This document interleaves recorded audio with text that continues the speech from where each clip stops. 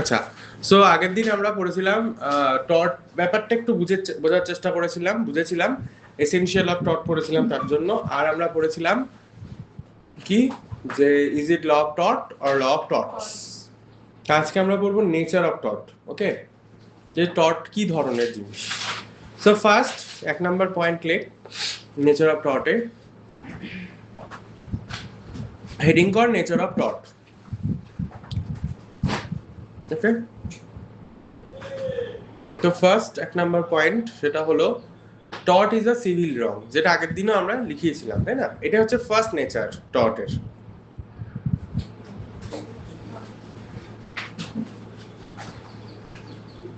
Tort is a civil রং।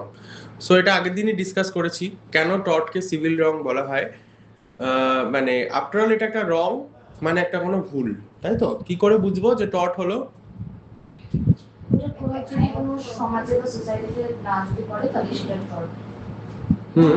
মানে আমার বক্তব্য হচ্ছে কি করে বুঝবো যে এটা টর্ট হলো।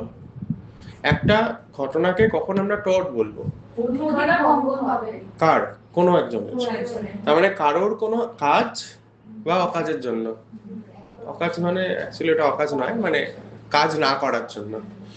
কারো কোনো কাজ, তার মানে হচ্ছে অ্যাক্ট অর অমিশন এর জন্য যদি কারোর রাইট নষ্ট হয়, তখন সেটাকে আমরা বলছি টর্ট। এইবার টর্টকে সিভিল রং কেন বলা হয়? কারণ যারা টর্ট করে তাদেরকে আমরা পানিশমেন্ট দেই না যতক্ষণ না পর্যন্ত সেই রংটাকে আমরা ক্রাইম বলছি। ওকে, যদি সেই রংটা ক্রাইম হয়ে যায় তাহলে তো তাকে পানিশমেন্ট আমরা দেব, কিন্তু যেহেতু আমরা পানিশমেন্ট দিচ্ছি না সেই জন্য আমরা বলছি এটা একটা সিভিল রং। তাহলে রংকে আমরা দুটো ভাবে ক্যাটাগরাইজ করছি, একটা সিভিল রং আর একটা ক্রিমিনাল রং। ক্লিয়ার হলো? ওকে, তাহলে এটা হচ্ছে এক number nature, tort is a civil wrong. Second যেটা, সেটা হলো টর্ট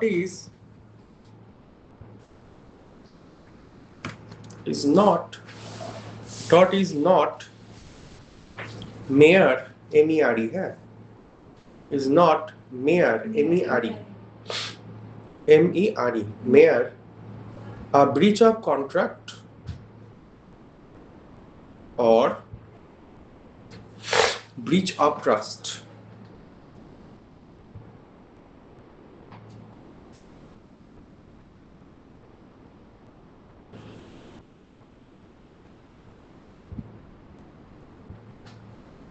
তাহলে মেয়ার কথাটার মানে হলো অনলি, মেয়ার শব্দটার মানে হলো অনলি, শুধুমাত্র। তার মানে এটার মানেটা কি হচ্ছে, যে টর্ট কথাটা বা টর্ট জিনিসটা ব্রিচ অফ কন্ট্রাক্ট আর ব্রিচ অফ ট্রাস্ট এই দুটোর থেকে আলাদা। এবার তোর এই breach of contract and breach of ট্রাস্টকে না সিঙ্গেল ইনভার্টেড কভার মধ্যে রাখ, বুঝতে সুবিধা হবে, যেটা একসাথে আর কি। ব্রিচ অফ কন্ট্রাক্ট আলাদা, BREACH। তাহলে টর্ট ইজ আদার, মানে other than a breach of contract, breach of trust, বা আমরা বলতে পারি tort is not a mere breach of contract or breach of trust. হলো? তাহলে ব্রিচ অফ কন্ট্রাক্ট আর ব্রিচ অফ ট্রাস্ট কি সেটা তো আমরা এখনো মানে পড়াইনি, জানি না, তো এখনই জানবো। তো আগে সেন্টেন্সের মানেটা বোঝ। তার মানে ব্রিচ অফ কন্ট্রাক্ট আর ব্রিচ অফ ট্রাস্ট কে আমরা টর্ট বলতে পারি না, সেটার থেকে টর্ট একটু অন্যরকমই জিনিস। তার মানে কি, এই কথাটা কেন এখানে বলা হলো নেচার অফ টর্ট পড়তে গিয়ে? নেচার মানে কি বলতো? প্রকৃতি, যে টর্ট কি ধরনের জিনিস। তার মানে এখানে একটা কম্প্যারিজন করা হচ্ছে, যে টর্টকে ব্রিচ অফ কন্ট্রাক্টের সঙ্গে তুমি গুলিয়ে ফেলো না, বা ব্রিচ অফ ট্রাস্টের সঙ্গে গুলিয়ে ফেলো না। তার মানে গোলানোর কোনো নিশ্চয়ই স্কোপ আছে, যার জন্য গুলিয়ে ফেলতে পারি, তাই জন্যই এটা লেখা হচ্ছে। নিশ্চয় তোকে কখনো বলবে না যে বিরিয়ানির সঙ্গে তান্দুরি রুটি গুলিয়ে ফেলো না, কিন্তু বিরিয়ানির সঙ্গে ফ্রাইড রাইসে আমরা গুলিয়ে ফেলতে পারি, কারণ দেয়ার ইজ সাম সিমিলারিটিস, মানে দেয়ার আর সাম সিমিলারিটিস, তাই তো? দুটো যদি একদমই ডিফারেন্ট হয় তাহলে তো আর কম্প্যারিজনে আসবে না, বা গুলিয়ে যাওয়ার প্রশ্নও আসবে না, তাই তো? সো ব্রিচ অফ কন্ট্রাক্টটা কি আমরা আগে সেটা বুঝি। কন্ট্রাক্ট মানে কি আমরা জানি, কন্ট্রাক্ট কথাটা শুনেছি। কন্ট্রাক্ট হলো দুইজন বা তার বেশি ব্যক্তি যখন একত্রিতভাবে কোনো টার্মস অ্যান্ড কন্ডিশনে নিজেদেরকে আবদ্ধ করছে। এক্সাম্পল কি হতে পারে, ধর আমি একজনের সঙ্গে এগ্রিমেন্ট করলাম যে আমি ওর বাড়িটা কিনবো, তার জন্য আমি ওকে 10 লাখ টাকা দেব, এবং ও ওই বাড়ির যে ওনারশিপটা সেটা আমাকে ট্রান্সফার করবে এবং বাড়ির দখলটা আমাকে দিয়ে দেবে। এটা একটা কন্ট্রাক্ট। কিসের কন্ট্রাক্ট হলো এটা? এটা ধর একটা কন্ট্রাক্ট হলো সেলের জন্য, এগ্রিমেন্ট ফর সেল, তাই না? একটা বাড়ি বিক্রির একটা কন্ট্রাক্ট হলো হলো এবার ব্রিচ অফ কন্ট্রাক্ট কি? ব্রিচ অফ কন্ট্রাক্ট হলো যখন কন্ট্রাক্টটাকে কোনো একটা পক্ষ ভেঙে দিচ্ছে। বোঝা যাচ্ছে? তাড়াতাড়ি হয়ে যাচ্ছে না বুঝতে পারছিস? যদি অসুবিধা হয় বলবি। তো একজন পক্ষ যখন কন্ট্রাক্টটাকে ব্রিচ করছে মানে ভেঙে দিচ্ছে, তার মানে কি, ওই যে কন্ট্রাক্টে আমরা আবদ্ধ হয়েছিলাম, এই যে আমি ধর ওকে 10 লাখ টাকা দিয়ে দিলাম, কিন্তু ও আর আমাকে মালিকানাও দিচ্ছে না, মানে রেজিস্ট্রি করে দিচ্ছে না, আবার দখলও দিচ্ছে না বাড়িটার, তাহলে এটাই হলো ব্রিচ, ওই লোকটা ব্রিচ করলো। ক্লিয়ার? এটাকেই বলা হচ্ছে ব্রিচ অফ কন্ট্রাক্ট। তার মানে কোনো চুক্তিকে ভঙ্গ করা। ব্রিচ মানে ভঙ্গ করা, ঠিক আছে? এই ব্রিচ শব্দটা আর আগের দিন আমরা পড়েছিলাম ইনফ্রিঞ্জমেন্ট, দুটোর মিনিংটা কিন্তু সেম। ওখানেও দেখ ভঙ্গ হচ্ছে অধিকার, ইনফ্রিঞ্জমেন্ট অফ লিগ্যাল রাইট। এই ইনফ্রিঞ্জ শব্দটা আর ব্রিচ শব্দটার মিনিং সেম। ওকে, সো এইবার দেখ তাহলে ব্রিচ অফ কন্ট্রাক্ট আর টর্টের মধ্যে কি এমন সিমিলারিটি আছে যার জন্য মানুষ গুলিয়ে ফেলতে পারে, স্টুডেন্টরা গুলিয়ে ফেলতে পারে? সিমিলারিটি এটাই, আমরা কি জানলাম আগের দিন, যে যদি কারোর সঙ্গে টর্ট হয় তাহলে আমরা তাকে কি রেমেডি দিতে পারবো, কি দেওয়া হবে তাকে? ক্ষতিপূরণ। তার মানে টর্ট হচ্ছে একটা রং, যেটা সিভিল রং, যে করছে তাকে কিন্তু আমরা পানিশ করছি না, তাকে আমরা বলছি তুমি ওর ক্ষতিটা পূরণ করে দাও, তাহলে একটা টাকা দিয়ে দাও, তাই তো? তুমি একটা টাকার অঙ্ক ওকে দিয়ে দাও যাতে ওর ক্ষতিটা পূরণ হয়ে যায়। আর কন্ট্রাক্টের ক্ষেত্রেও ব্রিচ অফ কন্ট্রাক্টেরও একটা রেমেডি কিন্তু এটাই, যে তুমি যদি ওকে জমিটা না দাও তাহলে টাকাটা দিয়ে দাও। এটা একটা রেমেডি ব্রিচ অফ কন্ট্রাক্টের। তো দুটোতেই যেহেতু মানে ব্রিচ অফ কন্ট্রাক্টেও কিন্তু ওই লোকটার পানিশমেন্ট হবে না, সেই জন্য আমরা অনেক সময় গুলিয়ে ফেলি, তাহলে এটাও একটা টর্ট, যেহেতু টাকাই রেমেডি পাচ্ছি।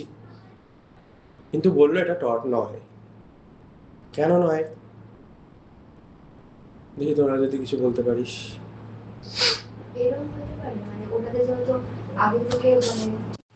টর্টের ক্ষেত্রে যে ক্ষতিটা হলো সেই ক্ষতিপূরণ কত টাকা হবে সেটা কিন্তু আমরা আগে থেকে নির্ধারণ করতে পারবো না যতক্ষণ না ক্ষতিটা হচ্ছে,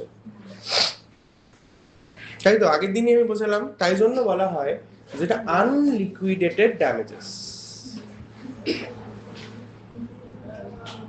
কিন্তু কন্ট্রাক্টের ক্ষেত্রে কিন্তু টাকার অঙ্কটা আমরা ক্যালকুলেট করতে পারি, যে ওর কত টাকা লস হলো, এই এগ্রিমেন্টটা ব্রিচ হওয়াতে ওর কত টাকা লস হলো সেটা কিন্তু আমরা বের করতে পারি। একটা আলাদা। আর কোনো পয়েন্ট? তোরা তাহলে এটা বলতে পারিস যে ব্রিচ অফ কন্ট্রাক্টে কম্পেনসেশনটা লিকুইডেটেড হয়, আর টর্টের ক্ষেত্রে কম্পেনসেশনটা আনলিকুইডেটেড। আনলিকুইডেটেড মানে যেটাকে আমরা আগে থেকে নির্ধারণ করতে পারি না।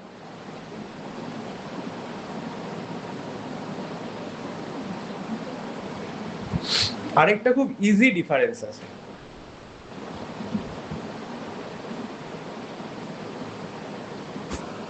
দেখ টর্টের ক্ষেত্রে যে অধিকারটা ভঙ্গ হচ্ছে না, টর্ট হতে গেলে তো অধিকার ভঙ্গ হতেই হবে, সেই অধিকারটা ল ফিক্স করে দিচ্ছে। আর কন্ট্রাক্টে যে আমার অধিকারটা ভঙ্গ হলো সেটা পার্টিজরা ঠিক করছে, তাহলে অধিকারটা ল ঠিক করে দিচ্ছে না, যারা কন্ট্রাক্ট করছে, ব্যাপারটা বোঝ, কন্ট্রাক্ট করছে তাহলে টার্মস এন্ড কন্ডিশন ফিক্স হলো, তখন তো আমার রাইট হয়ে গেল ওই প্রপার্টিটা পাওয়ার। ওই কন্ট্রাক্ট ছাড়া কি আমার ওই প্রপার্টিতে রাইট ছিল? ছিল না। তাহলে কন্ট্রাক্ট থেকে রাইটটা তৈরি হচ্ছে, ল কিন্তু ফিক্স করছে না। একজন ধর এমপ্লয়ি কাজে ঢুকলো, এমপ্লয়ারের সঙ্গে তার একটা এগ্রিমেন্ট হলো যে সে দিনে মাসে এতদিন কাজ করবে, এতগুলো ছুটি পাবে এবং তার স্যালারি হবে 30,000। হলো, এবার এমপ্লয়ার কি করছে, এমপ্লয়িকে স্যালারিটা দিচ্ছে না, তাহলে এই যে ওর অধিকারটা ভঙ্গ হলো, এটা কি কন্ট্রাকচুয়াল রাইট না ফিক্সড বাই দ্য ল?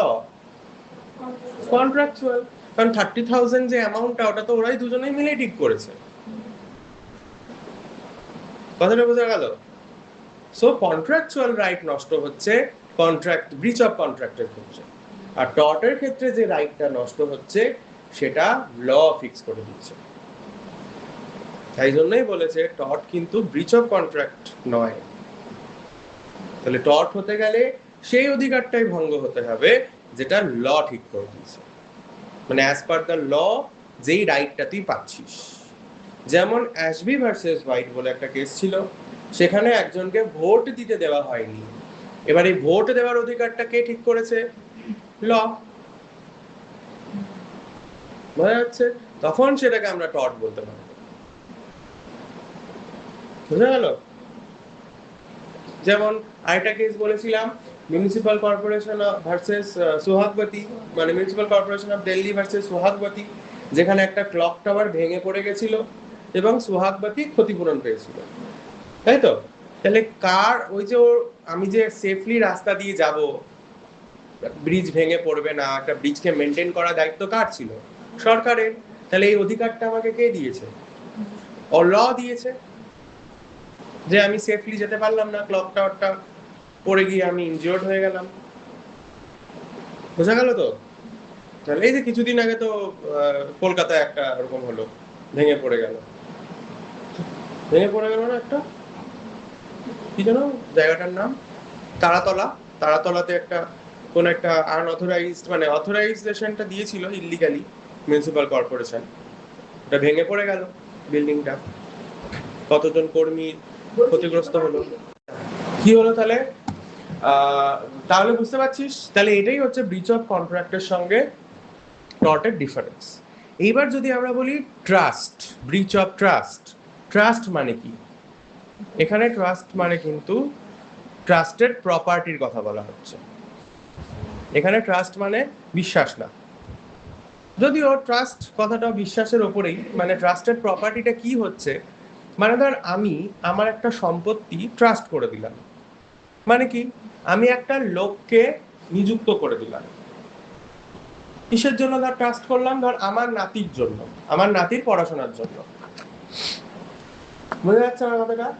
আমি আমার একটা প্রপার্টি আমার নাতির পড়াশোনার জন্য ট্রাস্ট করে দিলাম, মানে একটা লোককে দায়িত্ব দিলাম যে ওই প্রপার্টিটা দেখাশোনা করবে, এবং ওই প্রপার্টির থেকে যে ইনকাম হবে সেই টাকাটা আমার নাতির পড়াশোনার জন্য খরচে ব্যবহার করা হবে।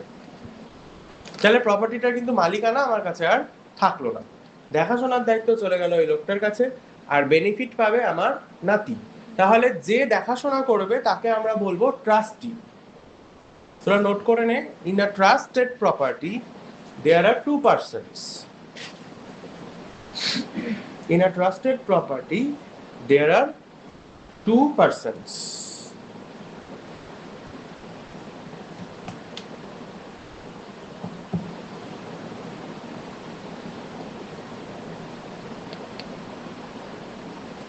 ঠিক আছে? Number one is trustee, TRUSTEE। Trustee হলো সেই ব্যক্তি যে দেখাশোনা করবে, মানে the duty of the trustee is to take care of the property.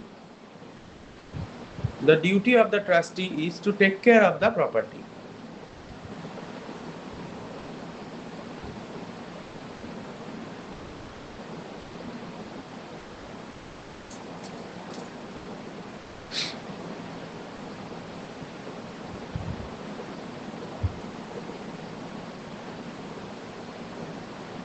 And আরেকজন যে তার নাম হলো বেনিফিশিয়ারি, বেনিফিট পাচ্ছে, সেই বেনিফিট থেকে বেনিফিশিয়ারি।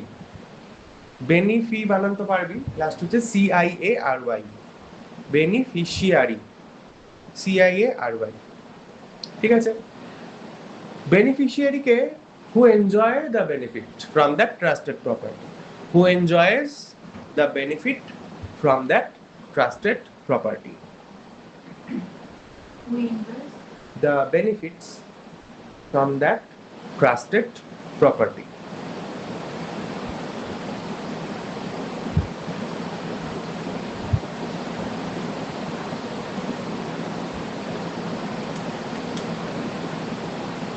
হলো। আর একজন পার্টি থাকে, সে মেইন, সে হচ্ছে ক্রিয়েটার অফ দ্য ট্রাস্ট, যাকে আমরা বলছি এক্সিকিউটর। তার মানে ও এক্সিকিউট করছে, কিন্তু ও এক্সিকিউট করে দেওয়ার পর ওর আর কিন্তু রোল থাকছে না, ওর কিন্তু আর কোনো রোল থাকছে না, হয়ে গেল। যেমন আমরা বলতে পারি, আচ্ছা ট্রাস্টেড প্রপার্টি যে শুধুমাত্র এই পার্সোনালি বানানো হয় তা নয়। ধর আমি আমার প্রপার্টিকে ট্রাস্টেড প্রপার্টি করে দিলাম, কেন? ধর গরিব দুঃখী যারা আছে তাদের চিকিৎসার জন্য করতে পারি। তারপরে ধর যেমন রানী রাসমণি কি করেছিল, দক্ষিণেশ্বর টেম্পল বানিয়েছে, এটা একটা ট্রাস্টেড প্রপার্টি। কার জন্য? ভক্তদের জন্য। তো ভক্তরা এখানে বেনিফিশিয়ারি, ইনক্লুডিং মা কালী। মা কালী অ্যান্ড ভক্ত, দে আর দ্য বেনিফিশিয়ারি। সো এরকম অনেক রকমের ভাবে কিন্তু ট্রাস্টেড প্রপার্টি বানানো যায়। তাহলে ট্রাস্টেড প্রপার্টি হলে সেখানে দুটো পার্সন থাকছে, একজন থাকছে ট্রাস্টি মানে যে দেখাশোনা করবে, আর সেকেন্ড হচ্ছে বেনিফিশিয়ারি, যে বেনিফিটটা পাবে। ক্লিয়ার হলো? এইবার ব্রিচ অফ ট্রাস্ট মানে কন্ট্রাক্টের মতোই। তার মানে ধর ট্রাস্টি কি করছে, পার্সোনাল বেনিফিট নিচ্ছে ওখান থেকে, বুঝা গেল? ট্রাস্টি কি করছে, পার্সোনাল বেনিফিট নিচ্ছে। ও ওইখান থেকে টাকাটা নিজে মেরে দিচ্ছে। হ্যাঁ, আচ্ছা তোরা বলতে পারিস একটা লোক ফ্রিতে কেন খাটবে? ফ্রিতে নয়, ওই ইনকাম থেকে একটা রেমিউনারেশন দেওয়া হবে, ট্রাস্টি একটা টাকা পাবে। তা সেটা বাদ দিয়ে, মানে স্যালারি টাইপস, সেটা বাদ দিয়ে বাকিটা বেনিফিটে যাবে বেনিফিশিয়ারির জন্য। এবার ধরো ওখান থেকে হিসাবে গরমিল করছে, বা কি করছে, ট্রাস্টেড প্রপার্টির একটা অংশ বিক্রি করে দিচ্ছে। তো পারে না, কিন্তু কিন্তু করে দিচ্ছে। বেসিক্যালি মন্দিরের প্রপার্টি গুলো সব ট্রাস্টেড প্রপার্টি হয়, যতই মন্দিরের প্রপার্টি আছে। যেমন জল্পেশ মন্দির আছে আমাদের জলপাইগুড়িতে, এর কিন্তু প্রচুর প্রপার্টি আছে, যেখানে ধান চাষ হয়, সব ট্রাস্টেড। ওই যে টাকাগুলো ওঠে ওগুলা থেকে কিন্তু সব মন্দিরের ভক্তদের খাওয়া দাওয়া করানো, প্লাস মন্দিরে যদি কোনো ধর দেওয়াল ভেঙে গেছে সেটাকে রিপেয়ারিং করতে হবে কি রং করতে হবে, এগুলো কাজ করা হয়। ওকে, তাহলে ব্রিচ অফ ট্রাস্টও কিন্তু একটা টর্ট নয়, কারণ এটাও কিন্তু অনেকটা ওই কন্ট্রাক্টের মতোই। যে অধিকারগুলো এখানে নষ্ট হচ্ছে সেটা কিন্তু ওই ট্রাস্ট ডিডের ওপর বেস করেই হচ্ছে, ল ঠিক করে দিচ্ছে না।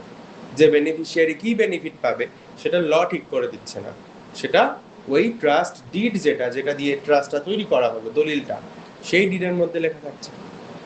ক্লিয়ার?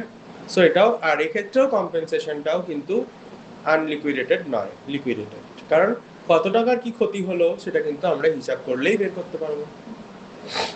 তো এটাকেও আমরা কিন্তু টর্ট বলতে পারি না। ওকে, ডান। তাহলে আমরা দুটো নেচারের দুটো পয়েন্ট পড়লাম। একটা পয়েন্টে আমরা পড়লাম যে টর্ট হলো একটা সিভিল রং, এটা আগের দিন আমরা ডিসকাস করেছি, এটা ক্রাইম নয়। কেন? কারণ সোসাইটিতে এটার এফেক্ট করছে না। এই যে ধর না একটা লোক, তার সঙ্গে যদি একটা টর্ট হয়, যেমন আমি আগের দিন বলেছিলাম গাছের পাতা পড়ছে, ধর আজকে একটা এক্সাম্পল দিলাম যে পাশের বাড়ির শিকড় এসে তোর বাড়ির দেওয়াল ফাটিয়ে দিল, তাতে গোটা এলাকার মানুষ আতঙ্কিত হয়ে যাবে? হবে না কিন্তু। কিন্তু তোর পাশের বাড়িতে যদি ডাকাতি হয়, তুই কিন্তু তুই কেন, গোটা শহর প্লাস আশেপাশের লোকজনও ভয় পেয়ে যাবে। আজকে শিলিগুড়িতে যদি একটা মার্ডার হয়, জলপাইগুড়ির লোক ভয় পাবে।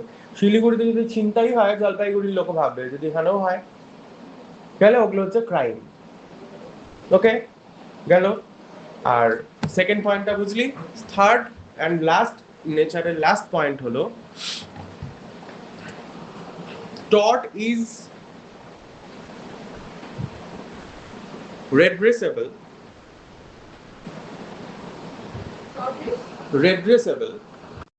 by an action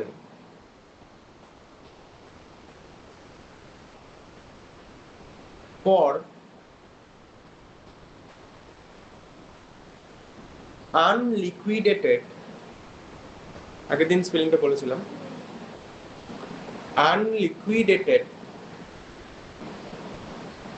damages, DAMAGES। এখানে ড্যামেজেস মানে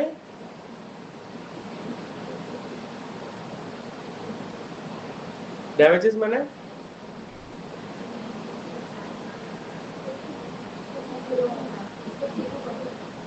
ড্যামেজেস মানে ক্ষতিপূরণ। নোট কর, ড্যামেজ মানে ক্ষতি, কিন্তু ড্যামেজেস মানে কিন্তু ক্ষতিপূরণ, কম্পেনসেশন। এখানে ড্যামেজেস মানে অনেক ক্ষতি না, ঠিক আছে, উল্টো হয়ে মানে ব্যাপারটা কিন্তু মিলছে না, সিঙ্গুলার প্লুরাল নয় এটা, ড্যামেজের অ্যাকচুয়ালি কোনো প্লুরাল হয় না। ওকে, তাহলে ড্যামেজ মানে হলো ক্ষতি অ্যান্ড ড্যামেজেস মানে হলো ক্ষতিপূরণ। তাহলে টর্ট ইজ রেড্রেসেবল। রেড্রেসেবল মানে কি, মানে টর্ট হলে তুই মামলা করতে পারবি। রেড্রেসেবল মানে ইট ইজ এনফোর্সিয়েবল। নোট করে রাখ, রেড্রেসেবল মানে হলো এনফোর্সিয়েবল, মানে যেটা নিয়ে মামলা করা যায়। এনফোর্সিয়েবল, এনফোর্স লেখ, ENFORCEABLE, এনফোর্সিয়েবল।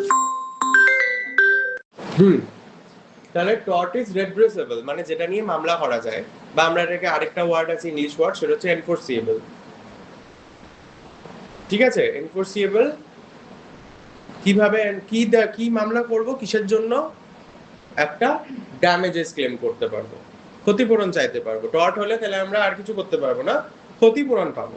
এবং ক্ষতিপূরণটা কেমন ক্ষতিপূরণ, আনলিকুইডেটেড ড্যামেজেস, মানে আনলিকুইডেটেড, যেটা আগে থেকে আমরা নির্ধারণ করতে পারবো না, ক্ষতিটা হলে দেন আমরা একটা নির্ধারিত করতে পারি।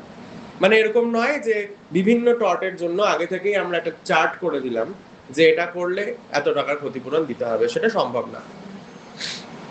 ক্লিয়ার? তাহলে এটাই হলো নেচার অফ টর্ট। তাহলে ফার্স্ট চ্যাপ্টারে দেখবি এটাই আছে, এই আজকে যেগুলো ছবি তুলতে বললাম। ফার্স্ট হচ্ছে হোয়াট ইজ টর্ট আছে, নেচার অফ টর্ট আছে, এসেনশিয়ালস অফ টর্ট আছে, and is it law of tort or law of torts. Next topic start করি, তোরা হেডিং কর জেনারেল ডিফেন্স। ও, জেনারেল ডিফেন্স পড়ার আগে কতগুলো বেসিক পয়েন্ট লিখে নে। এক নম্বর হলো হু কমিটস টর্ট, কতগুলো ওয়ার্ড লিখে নে। হু কমিটস টর্ট, না আগে হেডিং করিস না, আগে লেখ হু কমিটস টর্ট। তাকে কি বলে, যে টর্ট কমিট করে, যে টর্ট করে তাকে কি বলে, একটা নাম আছে তো, হ্যাঁ তাই নাকি, টর্ট ফিজার, TORTFEASOR, টর্ট ফিজার। নোট করে নে, নোট করে নে, বাড়ি গিয়ে মুখস্থ করতে হবে, কিন্তু হাঁটতে হবে। টর্ট একসাথেই, FEASOR, FEASOR, টর্ট ফিজার হলো। আচ্ছা আচ্ছা, যে টর্ট করলো তাকে তো আমরা টর্ট ফিজার বলছি। এবারে টর্ট ফিজার যার এগেনস্টে টর্ট করলো সে কে, যার ক্ষতিটা হলো, তো মানে যার লিগ্যাল রাইট ভায়োলেট হলো, তাই তো। এবার সে কি করবে, তাকে কি করতে হবে, সে ক্ষতিপূরণ ক্লেম করবে, তাই তো। এবার সে ক্ষতিপূরণ তো এমনি দেবে না, ভালো মানুষ তো নেই এখন পৃথিবীতে, তাহলে তাকে কোথায় যেতে হবে, কোর্টে। সে কোর্টে গিয়ে কি চাইবে, ক্ষতিপূরণ, কম্পেনসেশন চাইবে, ড্যামেজেস, যেটা আনলিকুইডেটেড। তার মানে ক্ষতি হলো, এইবার সে নির্ধারণ করবে যে আমরা কত টাকা পেতে পারি, একটা আন্দাজ করতে পারবে, তাও কোর্টই ডিসাইড করবে, লোকটা যেটা চাইবে সেটাই পাবে এমনটাও কিন্তু না। হলো, তাহলে যে মামলা করতে যাচ্ছে তখন তাকে আমরা বলছি প্লেন্টিফ। নোট কর, প্লেন্টিফ, PLAINTIFF,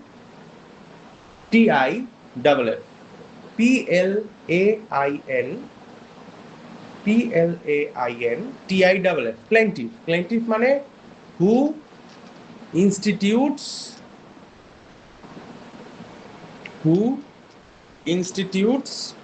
the suit,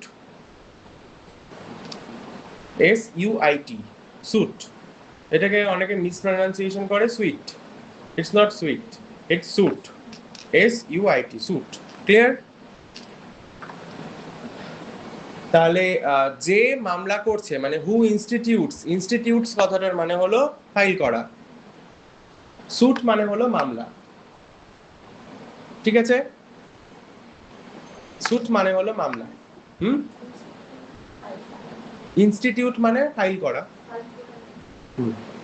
ফাইল করা। তাহলে হু ইনস্টিটিউটস সুট, তাকে আমরা বলছি প্লেইনটিফ। ক্লিয়ার? যার এগেনস্টে মামলাটা করছে সে হলো ডিফেন্ডেন্ট।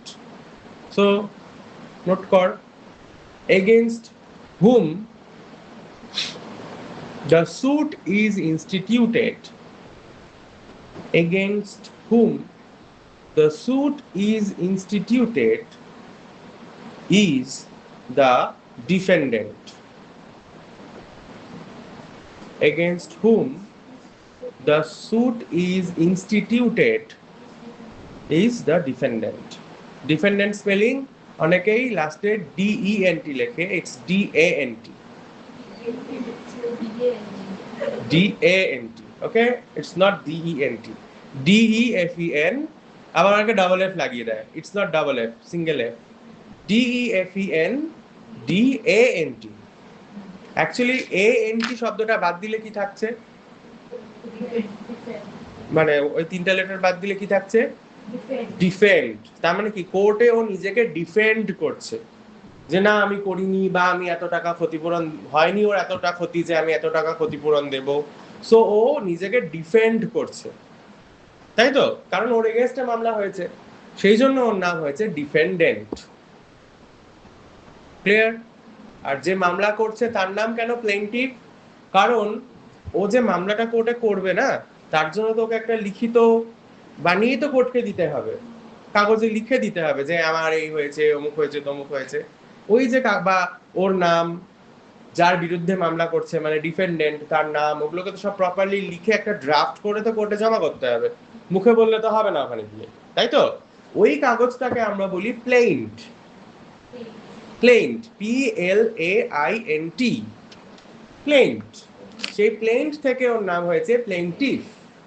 প্লেইন্টিফ স্পেলিং কিন্তু লাস্টে TIFF, PLAINT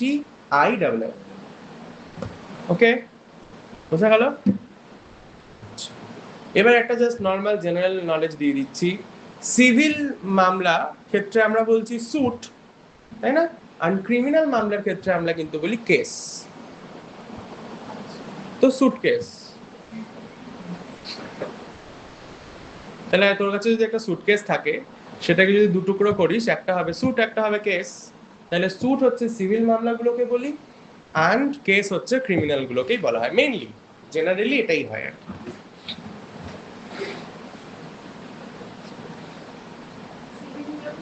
সুট বলা হয়।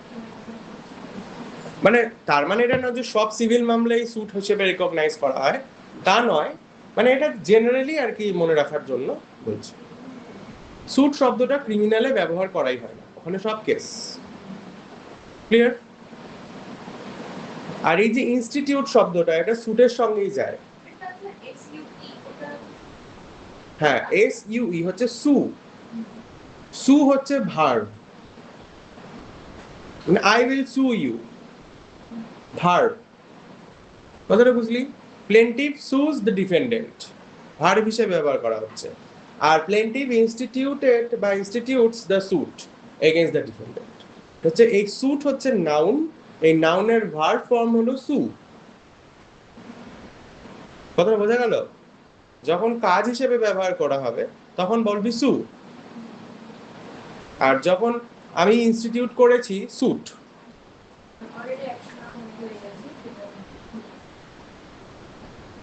ঠিক আছে, তো এবার কি বল নেক্সট তাহলে? হ্যাঁ, এবার নেক্সট টপিক পড়াবো কি, জেনারেল ডিফেন্সেস, তাই তো? হেডিং কর জেনারেল ডিফেন্সেস। ডিফেন্স মানে কি? তো বাংলা হলো, জিনিসটা কি? কি মনে হয় ডিফেন্স বলতে কি মনে হয় তোদের?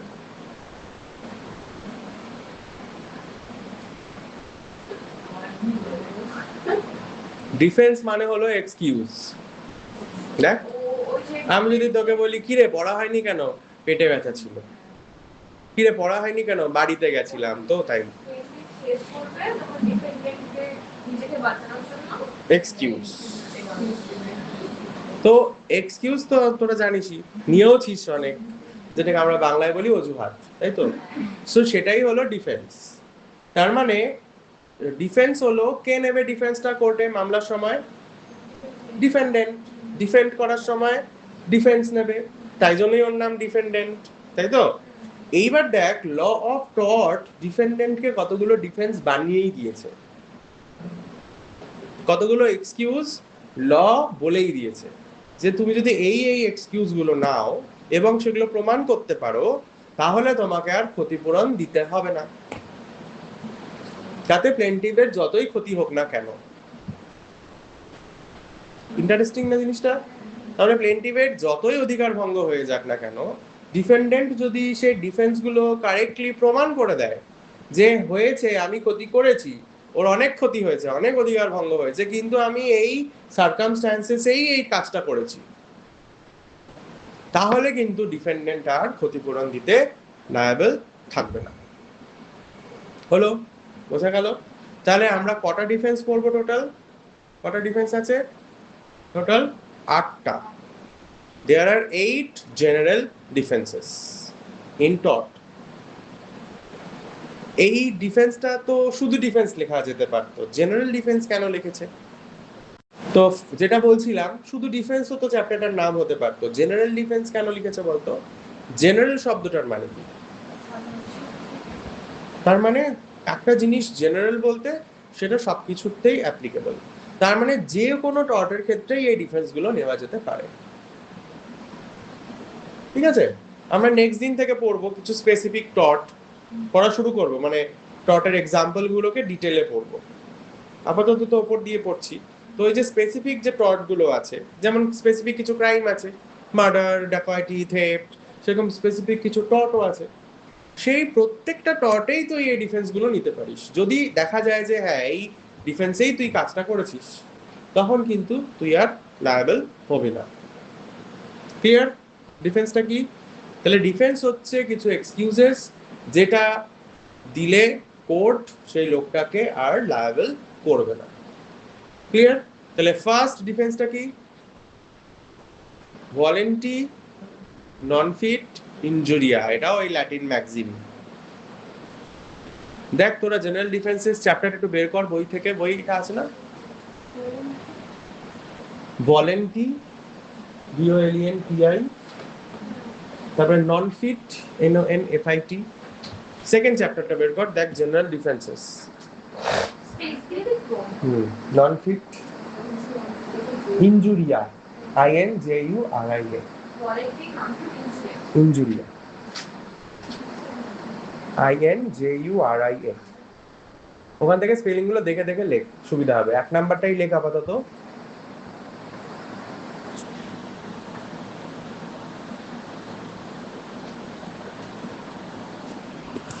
এটা কিন্তু একটা ল্যাটিন ম্যাক্সিম, আগের দিন দুটো ল্যাটিন ম্যাক্সিম পড়িয়েছি, হ্যাঁ ওটা একটু শুনে নিস তুই। দুটো ল্যাটিন ম্যাক্সিম পড়িয়েছি, একটা হলো কি ড্যামনাম,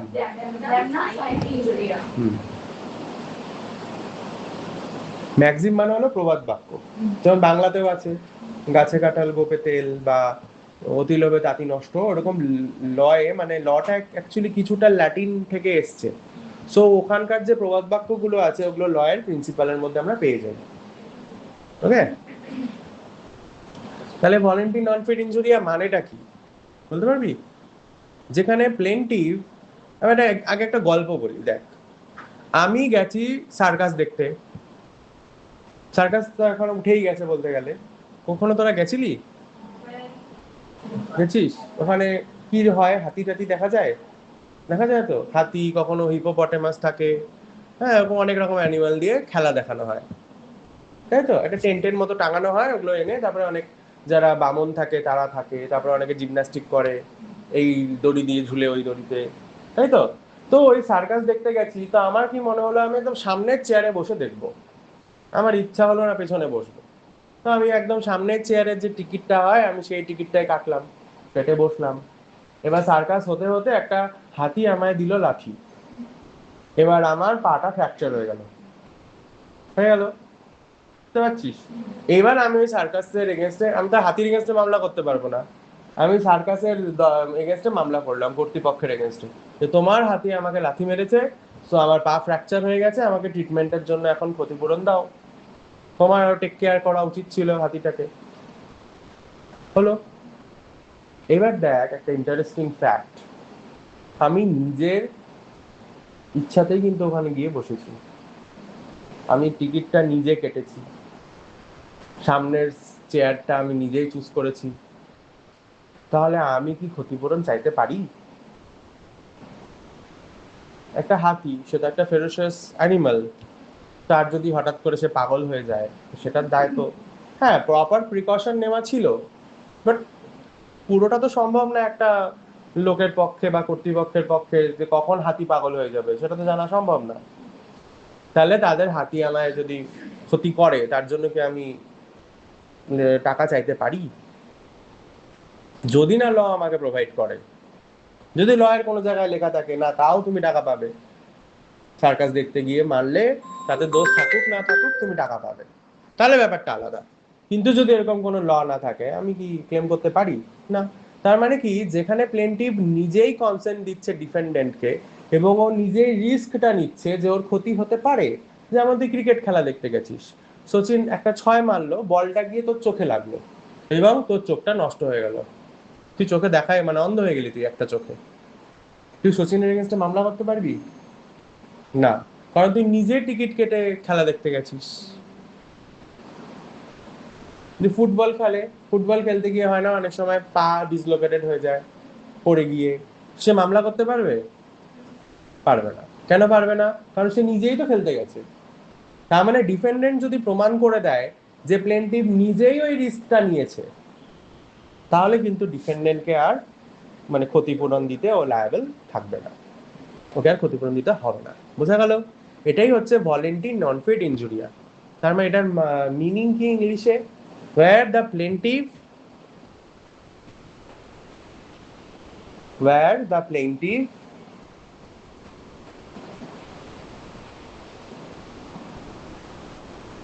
gives his consent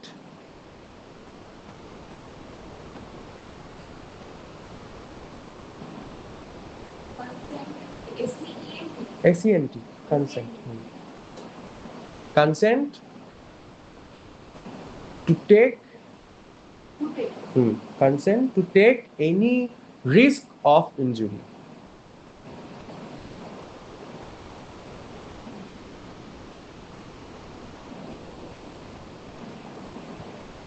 ওখানে দেখ পরের পেজে একটা কেস আছে, পদ্মাবতী ভার্সেস দুর্গা নায়িকা। তো একটা কাজ কর না, একটা বই এই পাশে দিয়ে দে, তোরা তিনজন একটা বই দেখ, ওরা তিনজন একটা বই দেখুক। পদ্মাবতী ভার্সেস দুর্গা নায়িকা, দেখছিস? এই কেসটায় কি হয়েছিল, প্লেন্টিভ না লিফট চেয়েছিল একটা গাড়িতে, লিফট চেয়েছিল এবং রাস্তায় গাড়িটা অ্যাক্সিডেন্ট হয়ে যায়, বুঝলি? প্লেন্টিভ লিফট চেয়েছিল যে আমাকে একটু পৌঁছে দেন না, এবং রাস্তায় গাড়িটা অ্যাক্সিডেন্ট হয়ে প্লেন্টিভের একজন তো মারাই যায় আর একজনের ইনজুরি হয়, তখন সে গাড়ির মালিকের এগেনস্টে মামলা করে। ওকে, বোঝা গেল? তখন ওই ডিফেন্সটা নিয়েছিল যে তোমরা তো নিজের ইচ্ছায় গাড়িতে বসেছো, আমি তো তোমাদের জোর করে তুলিনি, গাড়িতে তো অ্যাক্সিডেন্ট হতেই পারে। ক্লিয়ার হলো? তাহলে আমি কেন ক্ষতিপূরণ দেব?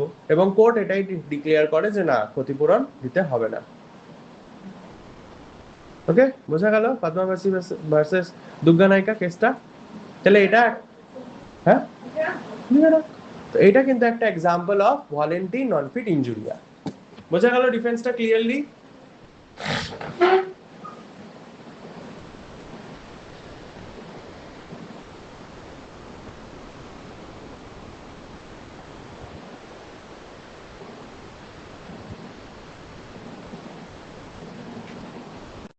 তাহলে 1 নম্বর পয়েন্ট ক্লিয়ার হলো, volenti not fit injuria. Second point কি আছে দেখ, প্লেন্টিভ দ্য রং ডুয়ার, নাকি?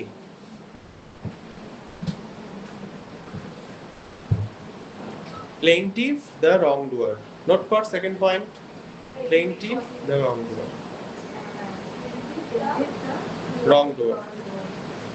এখানে একটা কেস আছে বার্ড ভার্সেস হলব্রুক, না?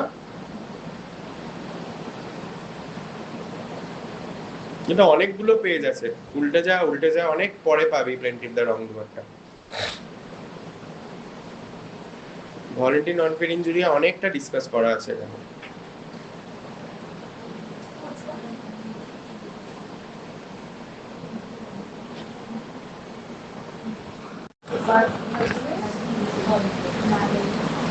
আচ্ছা, এখানে তাহলে সেকেন্ড পয়েন্টটা কি দেখ, প্লেন্টিভ দ্য রং ডুয়ার। এটা তাহলে কি ডিফেন্স নিচ্ছে ডিফেন্ডেন্ট?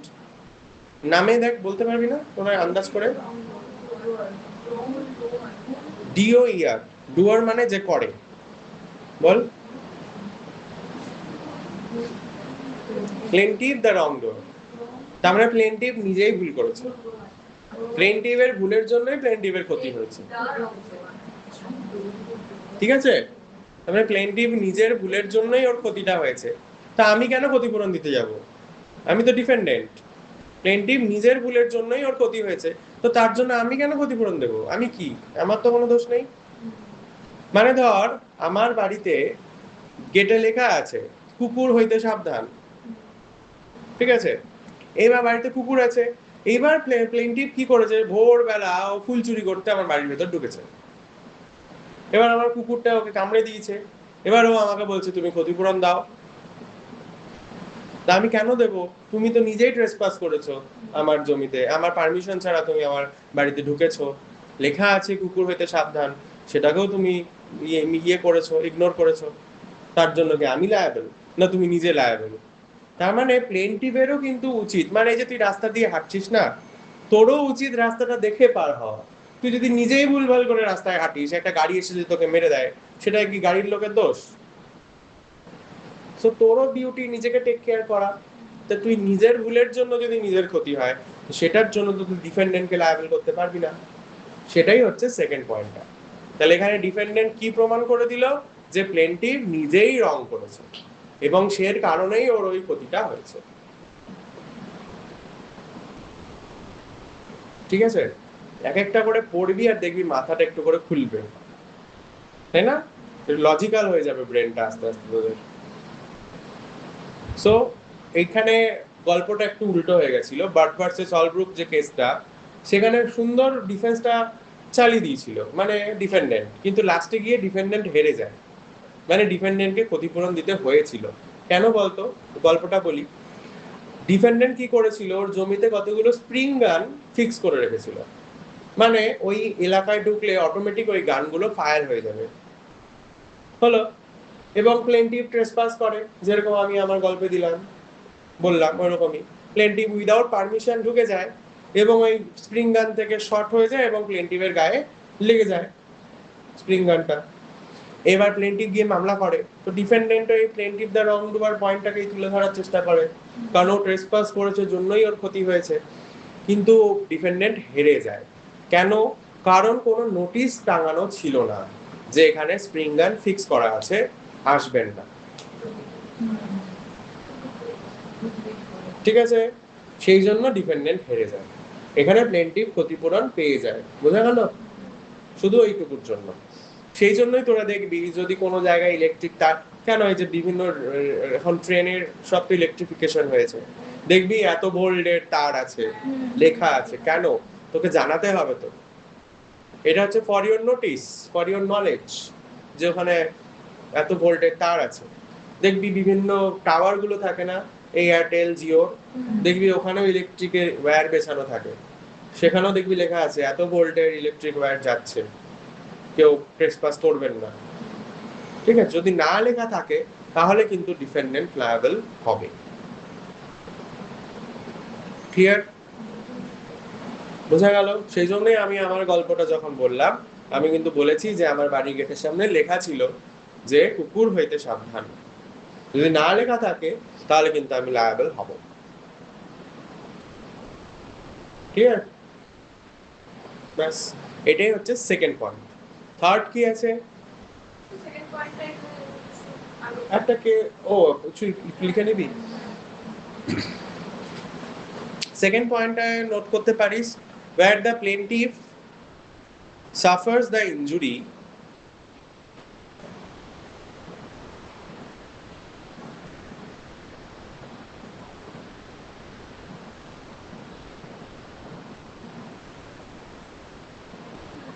for his own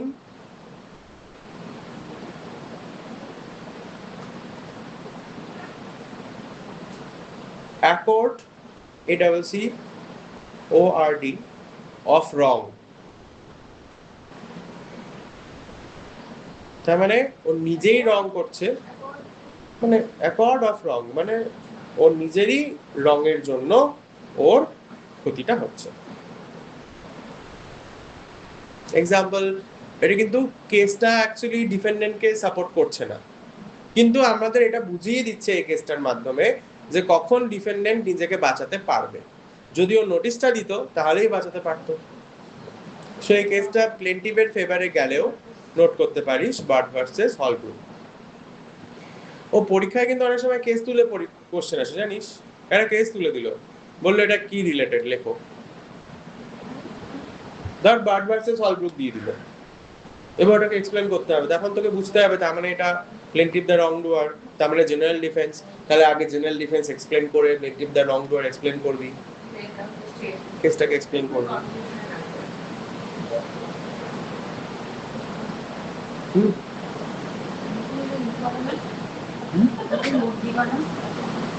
সব দে।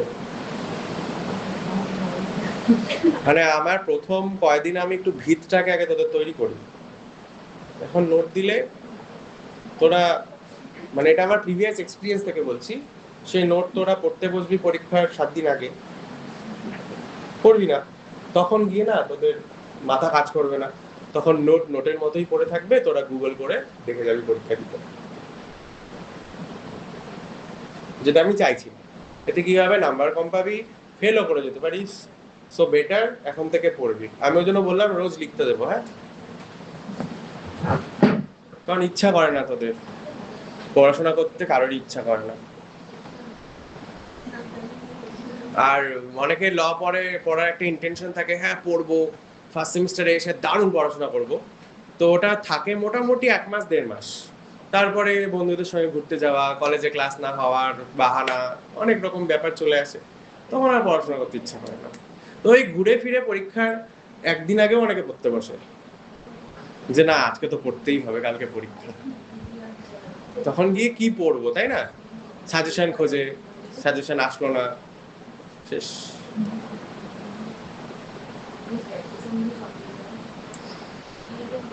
আগের বার খুব কড়াকড়ি করে খাতা দেখা হয়েছে, হ্যাঁ এই লাস্ট ইয়ার। তার আগের বছর যেমন আমি অনেকজনকেই ভেবেছিলাম ফেল করবে, কিন্তু ওরা পাশ করে গেছে, আমি অবাক কি করে করলো। কিন্তু এইবার খুব কড়াকড়ি করে খাতা দেখা হয়েছে। হ্যাঁ, ইনএভিটেবল অ্যাক্সিডেন্ট।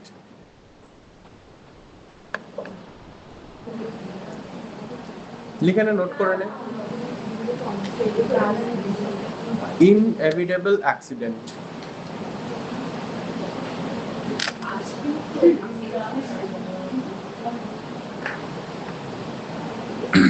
ইনএভিটেবল অ্যাক্সিডেন্ট লিখলি? ইনএভিটেবল মানে কি?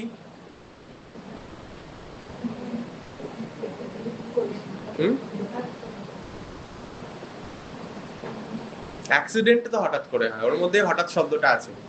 অ্যাক্সিডেন্ট মানেই যেটা সাডেন মিসফরচুন, তাই না? অ্যাক্সিডেন্ট কাকে বলি আমরা? হঠাৎ কোনো এমন ইনসিডেন্ট ঘটে গেল যেটা মিসফরচুন, মানে দুর্ভাগ্যজনক, তাই না? সেটাকে আমরা বলছি অ্যাক্সিডেন্ট,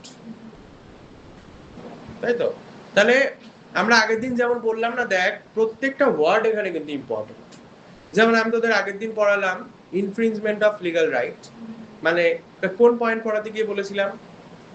লিগ্যাল ড্যামেজ, টর্টের essential, second essential legal damage.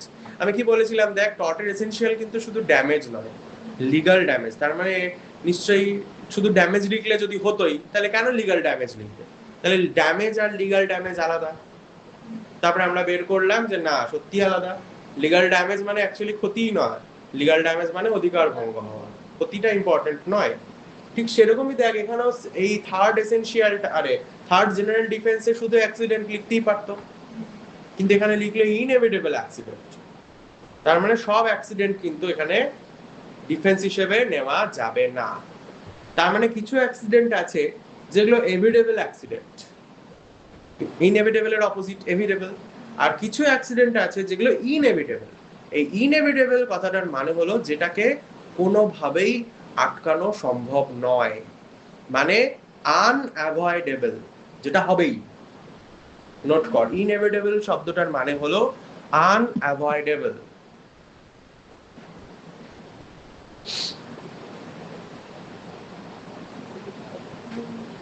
Avoidable, avoid, avoid, তারপরে এবিএল। তার মানে এইবার তোদের নেক্সট মাথায় প্রশ্ন আসবে, তাহলে আনঅ্যাভয়েডেবল অ্যাক্সিডেন্ট যদি ডিফেন্স হয়, তাহলে কিছু অ্যাক্সিডেন্ট আছে যেগুলো অ্যাভয়েডেবল, তার মানে অ্যাভয়েড করা যায়। এটা হয় কখনো? অ্যাক্সিডেন্ট আবার অ্যাভয়েড করা যায়? যায়? ভাবতো, বললাম না একটু একটু করে মাথা খুলবে। ভেরি গুড, তো ওর মাথায় একটু বেশি তাড়াতাড়ি খুলে যাচ্ছে। এইটাই আমি এক্সাম্পল দিতাম।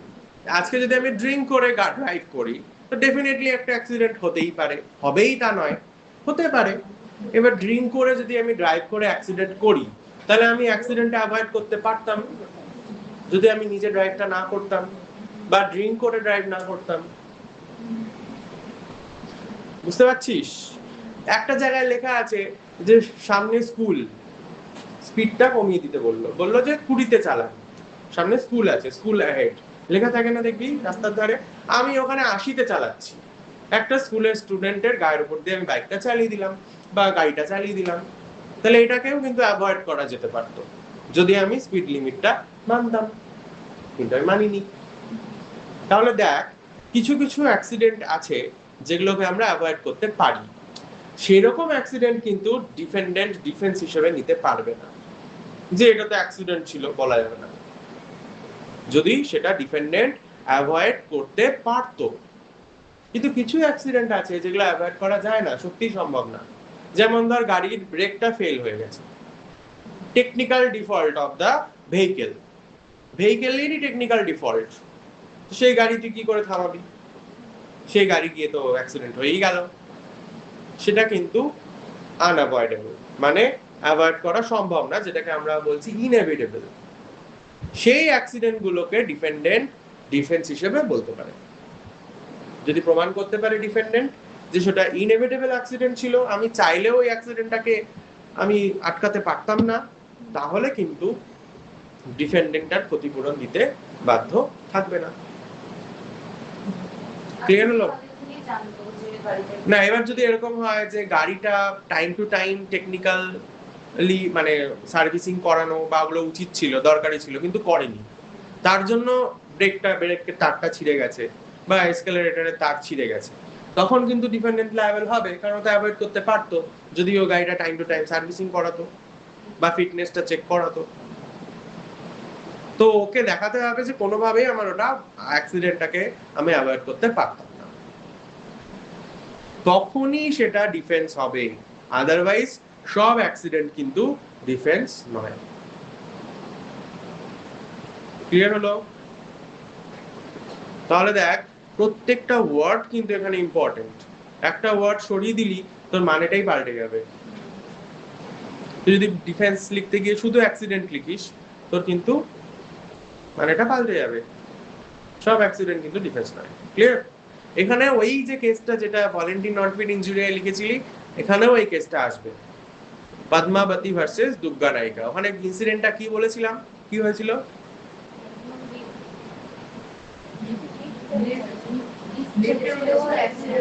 প্লেনটিভ লিফট চেয়েছিল এবং রাস্তায় গাড়িটা অ্যাক্সিডেন্ট হয়েছে। কেন হয়েছিল? কারণ সামনের দুটো নাট খুলে গেছিল, বোল্ট, যার জন্য গাড়িটা অ্যাক্সিডেন্ট হয়। সেখানে ডিফেন্ডেন্ট কোনোভাবেই অ্যাক্সিডেন্টটাকে আটকাতে পারতো না। তো এই ক্ষেত্রে ডিফেন্ডেন্ট দুটো ডিফেন্সই নিয়েছিল এবং দুটোই সাকসেসফুলি প্রমাণ হয়েছিল। একটা ভলেন্টিয়ার নন ফিট ইনজুরিয়া, যে তার মানে কিন্তু একটার সাথে তুই সব মানে একসাথে একটা মামলায় তুই একাধিক ডিফেন্সও নিতে পারিস, কোনো অসুবিধা নেই। এখানেও দুটো ডিফেন্স নিয়েছিল, একটা ভলেন্টিয়ার নন ফিট ইনজুরিয়া, ওরা তো লিফট নিয়েছিল, আমি তো ওদের জোর করে তুলিনি, এক নাম্বার। আর দুই নাম্বার কি, গাড়িটা ইনএভিটেবল অ্যাক্সিডেন্ট হয়েছিল, এখানে আমার কোনো দোষ ছিল না, মানে আমি অ্যাভয়েড করতে পারছিলাম না।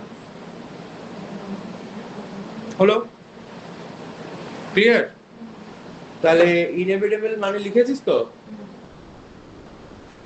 নেক্সটে চলে যাই, নাম্বার 4। লেখা আছে, ওগুলো আছে কি, কি লিখবি বল? এটা মানে কি লিখলি আপাতত ইনএভিটেবল অ্যাক্সিডেন্টে? তাহলে ওইটা লিখে রে, inevitable accident means those accidents which are unavoidable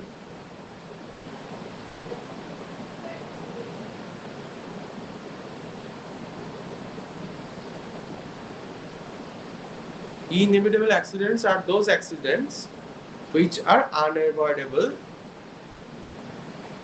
and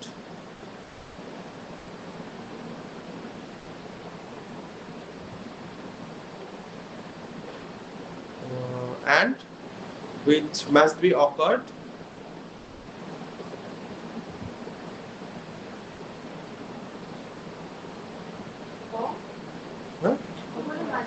occurred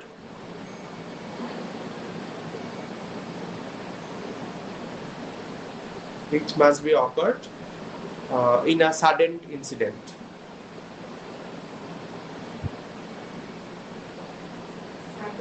Incident. ঠিক আছে? হ্যাঁ, পদ্মাবতী ভার্সেস দুর্গা রেখা লিখতে পারিস।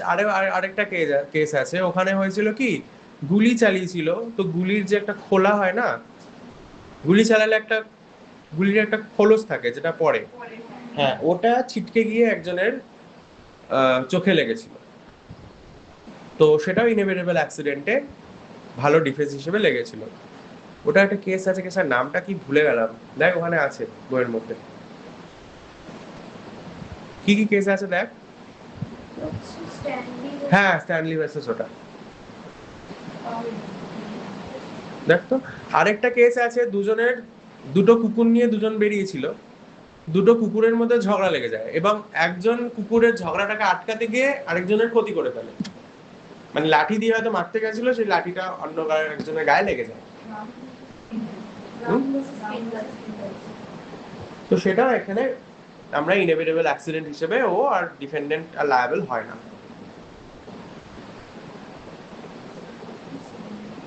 এই কেসের নামগুলো লিখে রাখতে পারিস।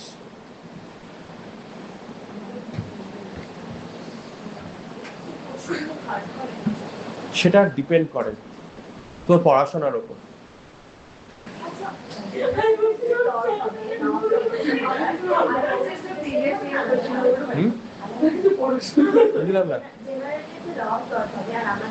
কোশ্চেন পেপার আলাদা হবে, সাধারণত ওদেরটা টাফ হয় বেশি, সাধারণত তাই হয়, মানে হয় তোদেরটা হবে না ওদেরটা, কিন্তু ওদেরটাই বেশিরভাগ আমি দেখেছি টাফ হয়। না, আমাদের সঙ্গে ছিল না, এগুলো আলাদা, একটাই ছিল কোর্স, একটাই কোর্স ছিল।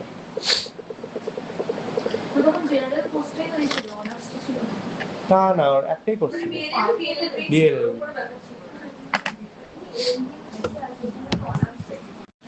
আচ্ছা, তো ফোর্থ ওয়ান কি আছে? Act of god. এখানে গড মানে ভগবান অ্যাকচুয়ালি নয়, এখানে গড বলতে কি তাই, এখানে গড মানে হলো তারা বলা যেতে পারে নেচার, মানে ভগবানকে তো আমরা দেখি না, এবং কিছু কিছু জিনিসের ওপর আমাদের হাত থাকেও না, যেমন ধর হঠাৎ করে বাজ পড়ে একটা লোক মারা গেল, সেটা কি আমরা করছি? আমাদের হাতে নেই। হঠাৎ করে বন্যা হয়ে গেল, কি খরা হয়ে গেল, গরম পড়লো, কি বৃষ্টি বেশি হয়ে গেল, ভূমিকম্প হলো, সেগুলোর ওপর তো আর আমাদের হাত থাকছে না। তো এগুলো হচ্ছে সব অ্যাক্ট অফ গড, ভগবান করাচ্ছে এগুলো, তাই তো? তো এইবার যদি ধর একজন কন্ট্রাক্টর একটা বিল্ডিং বানিয়েছে, সেদিন রাতে ভূমিকম্প হয়ে পুরো বিল্ডিং কোল্যাপস হয়ে গেল, ভেঙে পড়ে গেল, তো ও তখন এই ডিফেন্সটা নিতে পারে যে আমার জন্য হয়নি, এটা ভূমিকম্পে হয়েছে, এটা অ্যাক্ট অফ গডের জন্য হয়েছে, তার মানে ভগবান রেসপন্সিবল, আমি না, তাহলে আমি কেন ক্ষতিপূরণ দেব? ঠিক আছে, কিন্তু এই ডিফেন্সটা খুব সোজা মনে হলেও এই ডিফেন্সটা এত সোজা নয়। মানে আমি একটা কন্ট্রাক্টর, ব্রিজ ভেঙে গেল, আমি অ্যাক্ট অফ গড বলে দিচ্ছি, এত সোজা না। আমাকে দুটো পয়েন্ট আমাকে এখানে খুব, হ্যাঁ হতে পারে আমি মেটেরিয়াল ভুল দিয়েছি, ঠিক আছে, সো আমাকে দুটো জিনিস এখানে খুব পরিমাণে আমাকে দেখাতে হবে কোর্টকে প্রমাণ করার জন্য অ্যাক্ট অফ গড। একটা হলো এক্সেসিভ ন্যাচারাল ফোর্স ইউজ হয়েছে, যেটা মাত্রার অতিরিক্ত। ধর জলপাইগুড়িতে নর্মাল টাইমে হঠাৎই আমরা দুলে উঠি, তাই তো? ভূমিকম্পে, এটা ভূমিকম্প প্রবণ এলাকা। সো এবার এমন একটা বাড়ি তুই বানাচ্ছিস, কন্ট্রাক্টর এমন একটা বাড়ি বানাচ্ছে যেখানে ভূমিকম্প জন্য যে কনস্ট্রাকশন গুলো করতে হয় যে নিয়ম মেনে, সেগুলো মানলো না এবং বাড়িটা ভেঙে গেল, তাহলে কিন্তু লায়াবল হবে। ক্লিয়ার? সো এক্সেসিভ ফোর্স মানে ও নিয়ম মেনেই করেছে, কিন্তু মাত্রার অতিরিক্ত ভূমিকম্প হয়েছে, হতে পারে 9-10-এর ভূমিকম্প হচ্ছে, তাহলে তো মানে আমরা মাটিতে সমুদ্র দেখতে পাবো, ঢেউগুলো, তাই তো? তো সেই রকম ভূমিকম্প হলে কন্ট্রাক্টরের কি দোষ? ক্লিয়ার? তাহলে 1 নাম্বার পয়েন্ট কি অ্যাক্ট অফ গডের তোদের কি হচ্ছে? তাহলে ফার্স্ট অ্যাক্ট অফ গডের এসেনশিয়াল কি? আচ্ছা তোরা নোট করে নে। 1 নাম্বার, এক্সেসিভ ন্যাচারাল, হ্যাঁ, excessive use of natural force. ওটা দরজাটা আটকে দিত। Excessive use of natural force হলো excessive use of natural force, মানে মাত্রার অতিরিক্ত ন্যাচারাল ফোর্স ইউজ হয়েছে। Clear? And second thing is which cannot be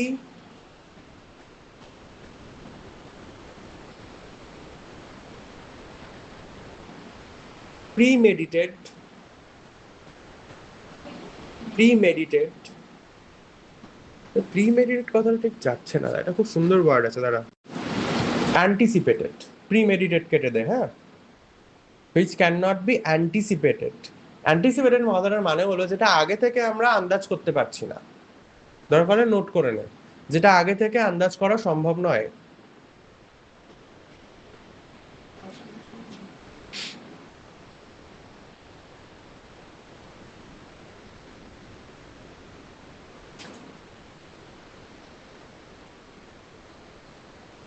ঠিক আছে? তার মানে যেটা প্রিভিয়াসলি তুই আগে থেকে আন্দাজ করতে পারছিস না, প্রিভিয়াসলি অ্যান্টিসিপেটেড করা সম্ভব নয়, যে তুই সেটাকে গার্ড করবি, মানে তুই সেটাকে আটকাবি। তার মানে আমি যদি জানি যে এই জলপাইগুড়িতে এরকম ভূমিকম্প হয়, তাহলে সেটা গার্ড করে কিন্তু আমাকে বিল্ডিংটা বানাতে হবে। বুঝলি? আমি জানি যে এই ব্রিজ দিয়ে এত এত লোক যাতায়াত করতে পারে, তাহলে এই ব্রিজটা আমাকে সেইভাবেই বানাতে হবে। সো ইউজ অফ ন্যাচারাল ফোর্সটা এক্সেসিভ হতে হবে, যেটা এখানে বলা আছে extraordinary, and previously anticipated করা সম্ভব ছিল না।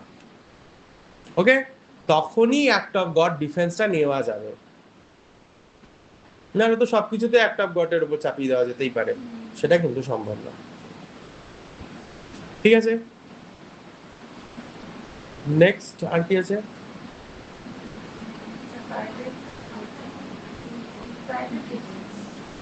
প্রাইভেট ডিফেন্স, নোট কর। এটার এক্সাম্পল দেখে নিস। নেক্সট হচ্ছে প্রাইভেট ডিফেন্স। এবার একটু ফাস্ট পড়াই, শেষ করে দিও। প্রাইভেট ডিফেন্স হচ্ছে খুব ইজি, সেলফ ডিফেন্স যেটাকে আমরা বলি। তার মানে কেউ তোকে হার্ম করতে আসলো, তুইও তাকে হার্ম করতে পারিস। তুই নিশ্চয়ই বসে থাকবি না। কেউ ধর তোকে মারতে আসলো, তুই নিশ্চয়ই তাকে ঠেকাবি। এবার ঠেকাতে গিয়ে ওর ইনজুরি হয়ে গেল, তো এই ডিফেন্সটা তুই নিতে পারিস। মানে ও তোকে লাঠি দিয়ে মারতে আসলো, তুইও ওকে আটকাতে গেলি এবং ও লাঠি দিয়ে একটা মার খেয়ে গেল তোর কাছ থেকে, ও গিয়ে মামলা করে দিল তোর এগেনস্টে, তখন তুই বলতে পারিস যে আমি সেলফ ডিফেন্সে ওকে হার্মটা করেছি, তো আমি লায়াবল থাকবো না পেমেন্ট করতে। এবং ইন্টারেস্টিংলি সেলফ ডিফেন্সটা দুটো জিনিসের প্রোটেকশনের জন্য হতে পারে। একটা হচ্ছে পার্সন, মানে নিজের বডি, অ্যান্ড প্রপার্টি। ধর তোর মোবাইল ফোন কেউ ছিনিয়ে নিতে আসলো, তুই কিন্তু তার এগেনস্টও সেলফ ডিফেন্স ইউজ করতে পারিস। এবং এটা মনে রাখবি, নিজের শুধু না, যে কোনো মানুষের, মানে তুই তোর, তারাও না হয়ে গেছে, তুই ধর তোর বন্ধুর প্রপার্টি বা বন্ধুকে রক্ষা করার জন্য সেলফ ডিফেন্স ইউজ করতে পারিস। তাহলে নিজের বা অন্য কারোর কে রক্ষা করার জন্য বা তার প্রপার্টিকে রক্ষা করার জন্য self defence is a good defence. তো লিখে রাখ, to protect any persons body and property, anyone can use a reasonable force anyone can use a reasonable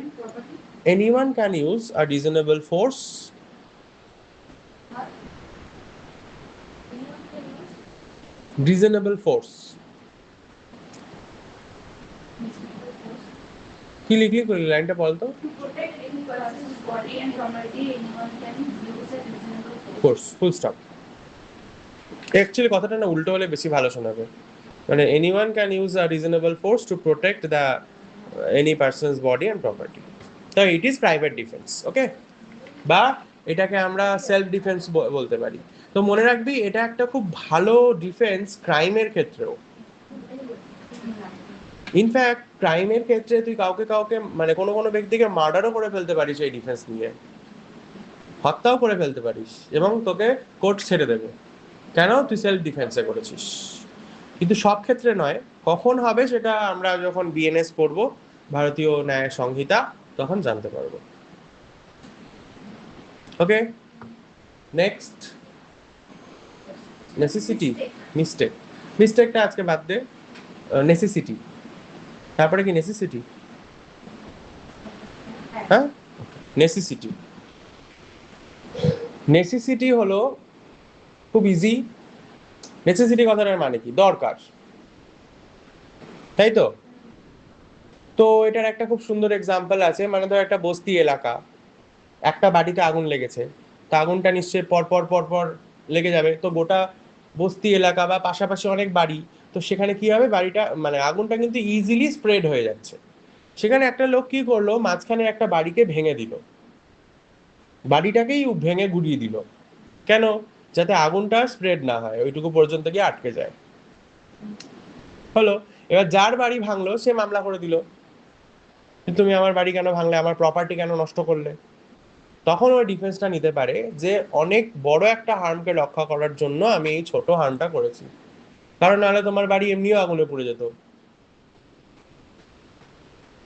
তাহলে অন্য যে আরো বাড়িগুলো আছে ওগুলোর আগুনে পুড়লো না আগুনটা স্প্রেড হলো না তো এটা হচ্ছে নেসেসিটি তার মানে যখন বড় কোনো হার্মকে কমানোর জন্য তুই ছোট একটা হার্ম করছিস তখন it is justified by law তার মানে ডিফেন্ডেন্ট আর লায়াবল হবে না ওকে ব্যাস তাহলে এই পয়েন্টগুলো এই টপিকগুলো আছে দুটো বাকি থাকলো একটা হলো mistake like necessity is a good defense where any kind of harm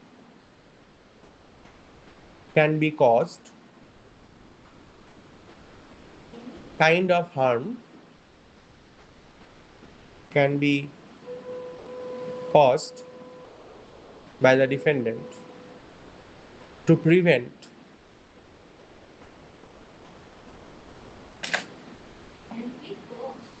CAUSED by the defendant to prevent more harm